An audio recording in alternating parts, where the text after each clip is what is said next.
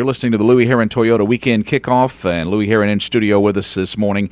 And we were talking about leases, and a lot of people are thinking that maybe a dealer is going to drive you toward a lease because maybe it's a better deal for the dealer. Right. I've always thought, well, sometimes a lease comes up because you want a little more car than you really want to make a payment for. Maybe you could get a little bit lower payment, and you're telling me it doesn't matter to you. No, and anyone who's listening right now, just so you know, and I would imagine any other dealer would agree with what I'm saying here.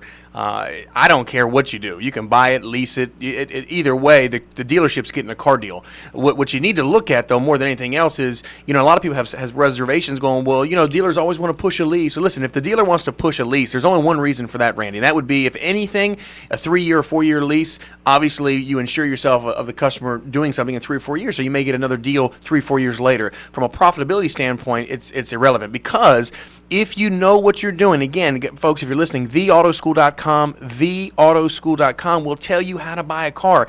There is a term called cap cost. That is another way of saying selling price. If you're negotiating a lease, don't worry about the payment, okay? You can talk payment, but don't worry about the payment. The price of the car is what the payment is based off of. So at the end of the day, that's the bottom line, is you want to make sure you understand, what am I buying the car for? The payment's going to be what it's going to be. So don't get in a situation where you don't know where you're at and you think you're getting a raw deal. And again, if you deal with myself, or you go to theautoschool.com, we'll get you that information. So when we get back, I guess, Randy, we'll talk about selling it and trading it, and also if you want to get rid of that lease before the term is up. All right, thank you, Louie Herron Toyota.